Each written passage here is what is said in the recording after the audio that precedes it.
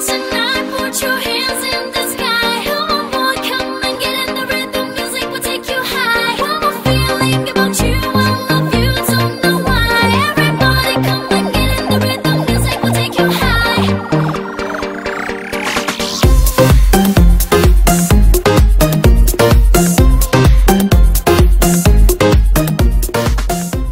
Good morning, ladies and gentlemen. This is a short documentary video about the Philippine Animal Welfare Society. And yes, our subject is about animal welfare. And I'm glad to present to you that we have a private sector here in the Philippines that takes care of our abandoned cats and dogs. Enjoy watching! We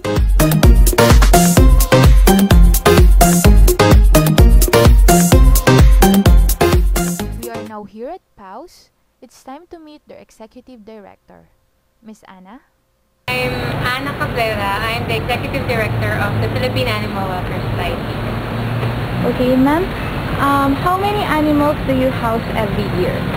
Every year, about 500 animals are admitted here.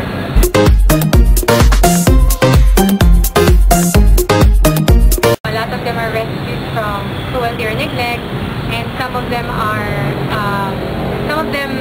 admitted and rehabilitated. Some of them, when they come to us, they're already in a bad way. So sometimes they're already euthanized because of they're in such a bad condition already. So the number 500 is the number of animals admitted. But the number of actual animals that are here right now are 256 cats and 56 dogs. So, ma'am, you sheltered homeless animals. Homeless animals, we do not shelter them per se. A lot of people think that when they're strays or homeless, we will take them in. That is not the case.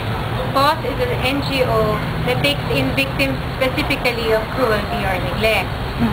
For example, if there is a person that has been reported to be beating up a dog, we will take the dog and file criminal charges against that person. So when we take in an animal, there is a corresponding criminal case filed against him or her. The organization believes that we cannot just rescue without doing the legal prosecution, because if the person who is hurting the animal is still out there, then if we take the animal away from him, he will just move on to another animal. So it is very important that we file criminal charges. All the people tonight, put your hands in the sky. Come on boy, come and get in the rhythm. Music will take you high. One more feeling about you, I love you, don't know What why. are the animals available for adoption? Are they all domestic? The only animals available for adoption at the shelter, of course, is dogs and cats.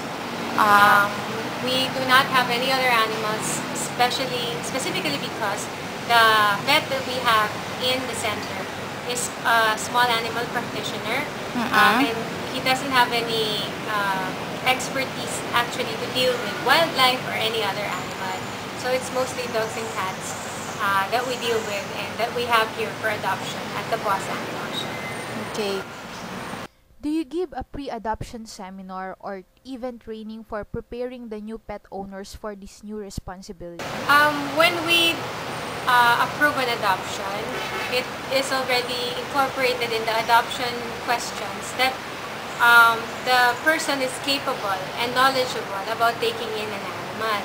We don't train a person and then approve him for adoption. So actually the adoption interview is supposed to prove that you are capable and you are already aware of the needs of the animal. We would never approve an adoption if you have no basic knowledge of taking care of an animal. We have pre-adoption ocular inspection of the house.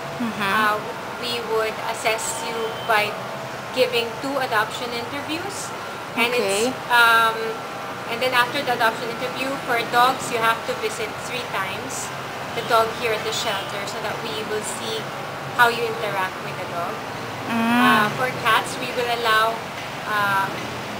you to adopt a cat once you have passed the 2 adoption interviews, but we will inspect your house after you have taken home the cat.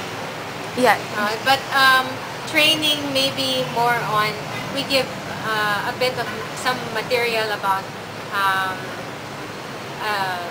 vaccination schedules and things like that, or deworming.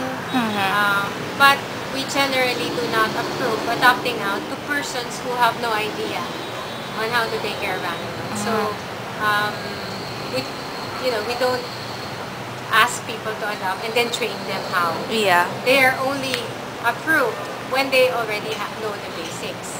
So, you said a while ago that you visit the new pet owners. So, do you perform a monthly or even a quarterly visit for these adopted pets? No, we don't.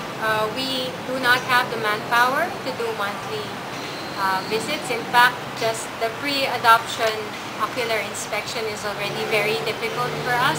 Sometimes when you apply for adoption, it takes weeks before we can actually go to your house and inspect your house. But when we do the adoption approval, the screening itself is very stringent already. So by the time that they're already approved for adoption, there is absolutely no need anymore for post-adoption inspection because the people themselves sent us Christmas cards.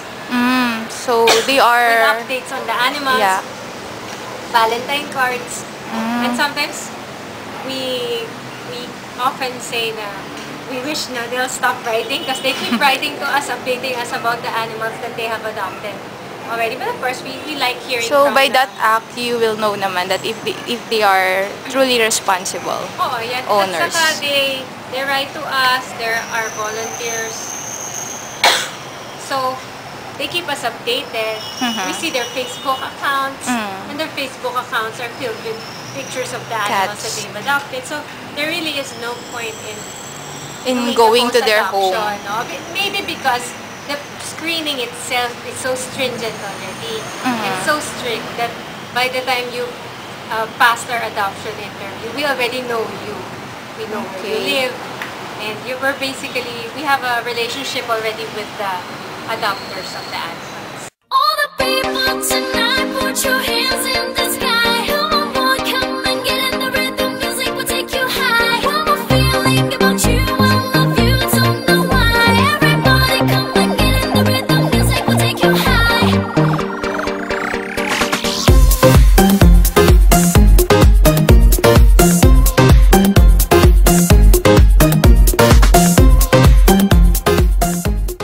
Okay guys, that's all for now.